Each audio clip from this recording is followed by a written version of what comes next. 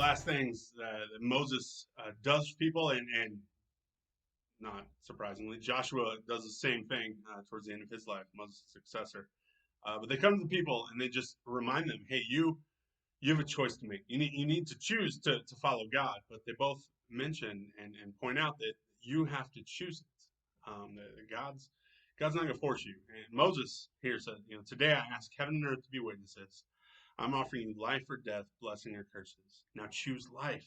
Then you and your children may live. To choose life is to love the Lord your God, obey him, and stay close to him. He is your life, and he will let you live many years in the land he promised to give your ancestors, Abraham, Isaac, and Jacob. He promises to take care of them, that if they choose him, that it means choosing life. Jesus later on will give us a choice and talk about, hey, choose to walk the narrow road, not the broad road. The broad road leads to destruction, and there's lots of people in that one, but few will find this narrow road that leads to life. But that's the one you need to choose. See, God doesn't force us to follow him. God doesn't force us to choose him, but he does. He does tell us the consequences either way. He does tell us, hey, here's what you're choosing between. And do you want life or do you want death? Do you want blessing or do you want curse? Do you want destruction or do you want this abundant, amazing life that I want to give you? Here's the thing that we're not really choosing between those things. That's not really a choice. I mean, it is a choice. But who chooses death? Who chooses destruction? That's easy. That's a no-brainer. That is a simple decision to make, right? There are times where I ask my kid, what do you want?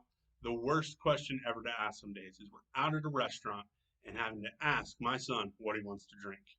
You would have thought that we're telling him to recite the 14 digits of pi or something. Like it's like this huge monumental decision. This is an easy decision, folks. Choose life or choose death. I'm going to choose life. That's not really the hard part of this decision. That's not really the thing that takes us a little time on the choice. The choice that we're making, the thing that we actually labor over, the thing that we actually mess up so often, is whether or not we're going to trust God when he says, that's the way to life and that's the way to death. We go, are you sure, God? That way looks awful good. When the serpent comes to Adam and Eve in the garden, because once again, there's a choice involved here. God's told them, hey, you can have all of this. This is all yours. I want you to be here. I want you to live with me, take care of this garden. Just don't eat from that tree. And the serpent shows up and goes, you're not supposed to eat from that one? Why not? And he and Eve have this conversation, and it points out that, that it looked good, that the fruit of that tree looked good to eat. And yet God has told them, you eat from that tree, you eat that fruit.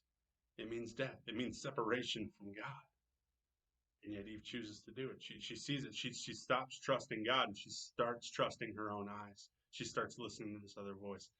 That's the choice that Moses is telling people to make too. It's not really choose life or choose death. That's an easy decision. That we don't need a reminder on how to choose life when we know that those things are there. But we're having to trust God that this is the way to life and that's the way to destruction. Are we going to trust him? Are we going to follow him? Are we going to believe what God says? That's the choice we're making. The choice to trust our own eyes, our own feelings, our own thoughts, or to trust God, the creator, the maker of everything. Are we going to believe that he knows what he's doing? That when he tells us to go a certain way, even sometimes when it looks more difficult, when it looks harder, when maybe the other way looks nice and inviting, are we going to trust him? Are we going to believe him and choose life? Love you guys.